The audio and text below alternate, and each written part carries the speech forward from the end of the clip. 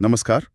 आज हम एक बेहद दिलचस्प उपन्यास के सार पर चर्चा करने वाले हैं। हाँ। रांगे राघव का उपन्यास है मेरे भी हैं रंग। और हमारे पास इसका एक काफी कह सकते हैं विस्तृत कथा सार है। जी। तो हमारी आज की जो पूरी बातचीत है वो इसी सार पर आधारित होगी। कोशिश करेंगे कि इसके जरिए उपन्यास की आत्मा तक पहुंच सके। बिल्कुल। और देखिए, शुरुआत करने के लिए ये शीर्षक ही कितना कितना कुछ कहता है, मेरे भी हैं रंग। पहली बार जब सुनते हैं तो मन में आता है किसके रंग, कैसे रंग। ये जैसे महज कुछ शब्द नहीं है, बल्कि एक पूरा फलसफा, एक पूरी सोच इनमें छिपी है। सही कहा। सार ये बताता है कि इसका सीधा सा मतलब यही है कि हर इंसान की जिंदगी वो अपने आप में रंगों से भरी होती है। हाँ। और ये रंग सिर्फ वो खुशी या कामयाबी वाले चटक रंग ही नहीं है, नहीं नहीं, वो भी शामिल है। मतलब जिंदगी की पूरी तस्वीर दिखाता है ये, है ना? बिल्कुल सही कहा आपने। ये शीर्षक ही हमें एक तरह से तैयार कर देता है कि हम किसी एक रंगी सपाट कहानी की उम्मीद न करें। हाँ। और हमारी आज की इस गहन पड़ताल का मकसद भी ठीक यही है कि इस उपन्यास के जो मुख्य विचार है, कहानी का जो ताना बाना है और उसके जो गहरे संदेश हैं, उनको समझें, जैसा कि हमें ये उपलब्ध कराए गए कथा सार से पता चलता है। बिल्कुल। एक और महत्वपूर्ण बात जो ये सार जिसकी तरफ इशारा करता है वो ये है कि इस उपन्यास में कहीं ना कहीं एक आत्मकथात्मक पुट है। अच्छा। हाँ, यानी ये सिर्फ कल्पना की उड़ान नहीं लगती, इसमें शायद लेखक के अपने भोगे हुए यथार्थ, जीवन की जो कड़वी मीठी सच्चाइयां हैं, उनकी झलक भी मिल सकती है। और ये बात इसे मेरे ख्याल से और भी ज्यादा प्रामाणिक बना देती है। अच्छा, तो ये आत्मकथात्मक पोट इसे और भी ज्यादा मानवीय बना देता होगा शायद। हाँ बिल्कुल, उससे जुड़ाव महसूस होता है। चलिए फिर कहानी के केंद्र में चलते हैं। हाँ। सार के मुताबिक उपन्यास का जो नायक है, हाँ। वो काफी हद तक लेखक जैसा ही लगता है। एक बेहद संवेदनशील, सोचने विचारने वाला युवक। लेकिन उसकी जो परिस्थितियां हैं वो आसान नहीं है। बिल्कुल नहीं। उसका परिवार गरीबी की चक्की में पिस रहा है और समाज की कई दूसरी मुश्किलें भी हैं जो उन्हें घेरे हुए हैं। जी। ये एक ऐसी जमीन है। हाँ बिल्कुल। और ये एक ऐसी जमीन है जहां सपने शायद आसानी से नहीं पनपते। सही कहा। और यहीं से उसकी यात्रा शुरू होती है। हाँ। सार बताता है कि वो पढ़ाई पूरी करने और फिर कोई ढंग का रोजगार पाने की जद्दोजहद में लगता है। लेकिन ये सफर कोई सीधी आसान राह नहीं है। हाँ। इस रास्ते पर उसे जिंदगी के वो तमाम रंग देखने को मिलते हैं जिनका जिक्र हमने अभी शीर्षक में किया। हाँ। अभाव है, यानी चीजों की कमी, जरूरतें पूरी न होने का दर्द। उपेक्षा है, समाज की नजरअंदाजी, जैसे उसका कोई वजूद ही न हो। समाज में फैली वो गहरी असमानताएं उसे बार बार चुभती हैं।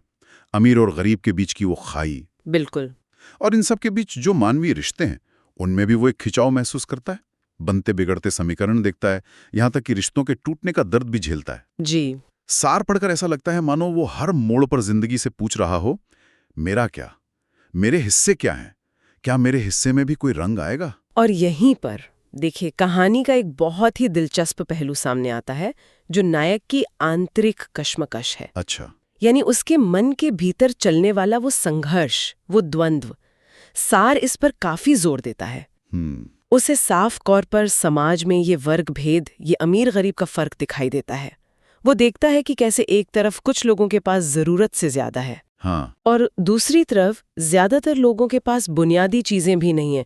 ये देखकर उसके अंदर एक बेचैनी सी पैदा होती है। लाजमी है। बिल्कुल। और एक तरफ उसके भीतर कला, साहित्य, सुंदरता के प्रति एक स्वाभाविक रुझान है।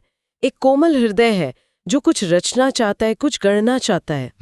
लेकिन दूसरी तरफ पेट की भूख है, जिंदा रहने की, बुनियादी जरूरतें पूरी करने की, जो कठोर सच्चाई है। हाँ, वो जमीनी हकीकत। वही। और ये सच्चाई, ये भूख उसे कई बार ऐसे समझौते करने पर मजबूर करती है जो शायद उसका मन नहीं चाहता। तो ये जो कश्मकश है, ये उसके अस्तित्व का, उसके होने का एक हिस्सा बन जाती है। और इसी उदेड़बुन, इसी अंदरूनी खींचतान से वो सवाल बार बार सिर उठाता है। हाँ। जो सार्त्र के शब्दों में उसे लगातार कचौड़ता रहता है। हाँ। क्या मेरे जीवन के भी कुछ रंग हैं? ये बस अभावी अभाव हैं। बिल्कुल। ये एक ऐसा सवाल है जो शायद हर उस इंसान के मन में उठता होगा जो मुश्किल हालात से गुजर रहा हो। सही कहा। ये सिर्फ एक वाक्य नहीं है, ये उस पूरी पीड़ा, उस पूरी तलाश का निचोड़ लगता है जिसे नायक जी रहा है। कहानी जैसे इसी सवाल के इर्द गिर्द घूमती महसूस होती है। बिल्कुल, ये सवाल ही उसकी पूरी यात्रा को एक दिशा देता है ना, एक अर्थ देता है। वो सिर्फ रोटी रोजी के तलाश में नहीं है, वो अपने जीवन के रंगों की तलाश में भी है, अपनी पहचान, अपने अर्थ की तलाश में है। सही। अच्छा, अगर हम कहानी की मुख्य घटनाओं पर नजर डालें तो सार हमें कुछ ठोस उदाहरण भी देता है। हाँ, देता है। जैसे गरीबी के कारण उसकी पढ़ाई बीच में छूट जाती है। ये अपने आप में कितना बड़ा झटका होता होगा किसी पढ़ने लिखने के शौकीन युवक के लिए। बहुत बड़ा, सपने टूटने जैसा। हाँ, फिर जब वो नौकरी की तलाश में निकलता है तो उसे कदम कदम पर अपमान झेलना पड़ता है। नाकामयाबियां जैसे उसका पीछा करती हैं। ऐसा लगता है जैसे दुनिया ने उसके लिए दरवाजे बंद कर रखे हों। और इन बाहरी संघर्षों के बीच सार ये भी बताता है कि उसे कुछ मानवीय रिश्तों में थोड़ी राहत मिलती है, कहीं स्नेह और प्रेम की छांव नसीब होती है। हाँ, कुछ उम्मीद की किरण। हाँ, लेकिन वहां भी शायद सब कुछ स्थायी नहीं है। उन रिश्तों में भी अंततः टूटन और बिछोह का सामना करना पड़ता है। ओह, तो ये अनुभव उसके अकेलेपन को शायद और गहरा करते होंगे। ये जो घटनाएं हैं, पढ़ाई का छूटना, नौकरी ना मिलना, रिश्तों का बिखरना, ये सिर्फ कहानी को आगे बढ़ाने वाले मोड़ नहीं है ना? नहीं, बिल्कुल नहीं। सारे इशारा करता है कि इन अनुभवों से एक गहरा, वो दार्शनिक किस्म का सवाल बार बार उसके मन में उठता है। सही कहा, और शायद पाठक के मन में भी। हाँ, वो सवाल ये है कि इंसान का असली सुख, सच्ची खुशी आखिर है किसमें? क्या वो पैसा कमाने, धन दौलत इकट्ठा करने में है, या फिर वो आत्मा की आजादी में है, अपने मन की करने में, अपनी शर्तों पर जीने में है, भले ही उसमें भौतिक सुख कम हो? ये तो बहुत बड़ा सवाल है ना? ये उपन्यास सार के अनुसार हमें इसी बुनियादी सवाल पर सोचने को मजबूर करता है कि क्या बाहरी सफलता ही सब कुछ है या भीतरी संतोष ज्यादा मायने रखता है। ये दुविधा नायक के साथ साथ चलती रहती है। ये वाकई एक बड़ा सवाल है और शायद इसका कोई एक सीधा साधा जवाब भी नहीं है। लेकिन यहाँ एक बेहद महत्वपूर्ण बात सामने आती है जिस पर सार खासतौर पर ध्यान दिलाता है। हाँ, क्या? वो ये कि इतनी गहरी निराशा, लगातार मिल रही असफलताएं, अंदरूनी कश्मकश, इन सब के बावजूद नायक पूरी तरह से बिखरता नहीं है। अच्छा, वो अंदर से टूटता नहीं है। ये जानना बहुत अहम लगता है। उसमें कहीं ना कहीं एक अजब सी जिद है, एक सहन शक्ति है, जिंदगी को झेल जाने का मादा है। बिल्कुल। और यही बात हमें कहानी के, या कहूं कि नायक की यात्रा के सबसे अहम मोड़ तक ले जाती है। ये कोई शारीरिक या बाहरी जीत नहीं है, बल्कि एक भीतरी समझ है, एक गहरी स्वीकृति है। सार बताता है कि धीरे धीरे वो इस सच्चाई को स्वीकार करने लगता है कि जीवन चाहे कितना भी मुश्किल क्यों ना हो, कितना भी बेरंग क्यों ना लगे, हाँ, हर इंसान का अपना एक रंग, अपना एक वजूद जरूर होता है। और ये एक बहुत बड़ी उपलब्धि है, खासकर उसके जो अनुभव रहे उनके बाद। ये स्वीकृति, ये किस तरह की है? क्या वो मतलब हालात से समझौता कर लेता है, हार मान लेता है? नहीं नहीं, ये समझौता नहीं है, बल्कि एक गहरी समझ है। सारथी पैंथो इसे स्पष्ट करता है। ओके। नायक ये मानने लगता है कि जीवन के ये जो अलग अलग अनुभव हैं, दुख, आशा, संघर्ष, प्रेम, ये सब जीवन के, आप कह सकती हैं, नकारात्मक या सकारात्मक पहलू नहीं है। अच्छा। बल्कि ये जीवन के अपने रंग हैं।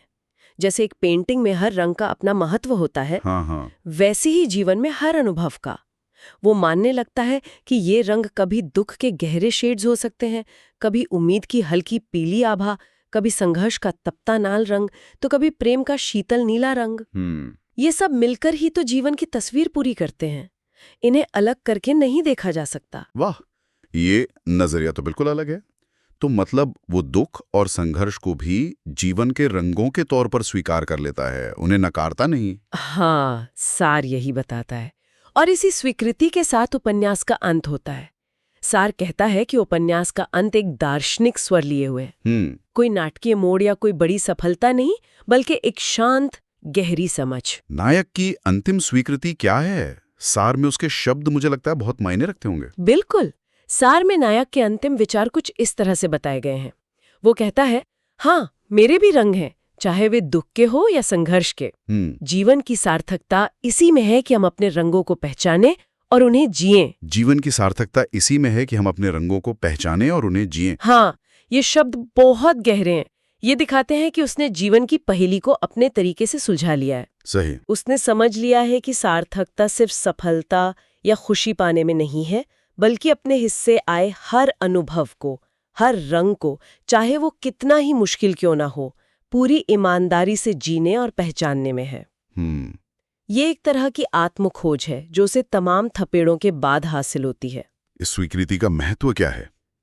क्या ये सिर्फ एक व्यक्तिगत एहसास है या इसका कोई बड़ा मतलब है? ये व्यक्तिगत एहसास तो है ही, लेकिन इसका महत्व उससे कहीं ज्यादा है, जैसा कि सार इंगित करता है। ये महज हार मान लेना या परिस्थितियों के आगे झुक जाना नहीं है। अच्छा। ये जीवन की संपूर्णता को, उसकी समग्रता को स्वीकार करना है। ये मानना है कि जीवन सिर्फ उजाले या इंद्रधनुषी रंगों का नाम नहीं है। उसमें अंधेरे, उदास, मुश्किल रंग भी उतने ही जरूरी हैं। दुख, पीड़ा, अभाव, संघर्ष ये जीवन के हिस्से हैं, दुश्मन नहीं। सही। और नायक का इस निष्कर्ष पर पहुंचना कि इन सभी रंगों को पहचानना और उन्हें जीना ही जीवन की सार्थकता है, ये अपने आप में एक बड़ी दार्शनिक समझ है।